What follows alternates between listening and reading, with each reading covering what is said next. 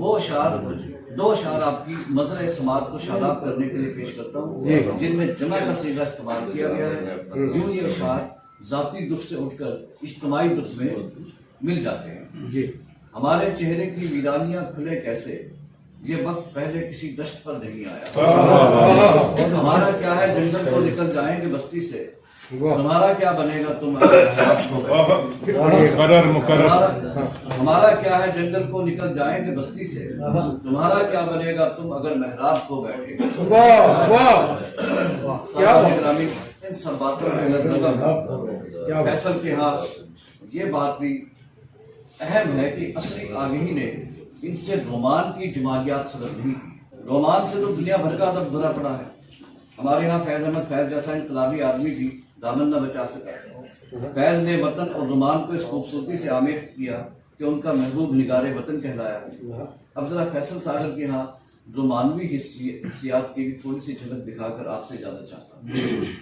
پھر میرے ہاتھ میں ایک روشنی درائی تھی، پھر میرے ہاتھ میں ایک روشنی درائی تھی، میں نے کچھ دیر کسی ہاتھ کو سہلایا، کل میرے کمرے میں مہکار تھی فیصل کیا کیا، کل میرے کمرے میں پھولوں کا خدا آیا، مجھے کمرے کے اندر چور سا محسوس ہوتا ہے، تجھے دیکھوں تو کوئی دیکھتا محسوس ہوتا ہے۔ صاحبان عز و وقار فیصل ساگر کافی عرصہ سے شعر کہہ رہے ہیں اور کبھی کی وقوف ابھی غزل تک محدود ہے، جہاں تک میں جانتا ہوں۔ تاہم ان کے محسوسات اور مشاہدات میں توسیع کے امکانات بھی ہیں اور اصناف شعری میں اضافے کی راہیں تو ہر وقت کھلی رہتی ہیں۔ میں فیصل ساگر کے تخلیقی وفور کو دیکھتے ہوئے اس کے شعری افق کے وسیع ہونے کا بھرپور یقین رکھتا ہوں۔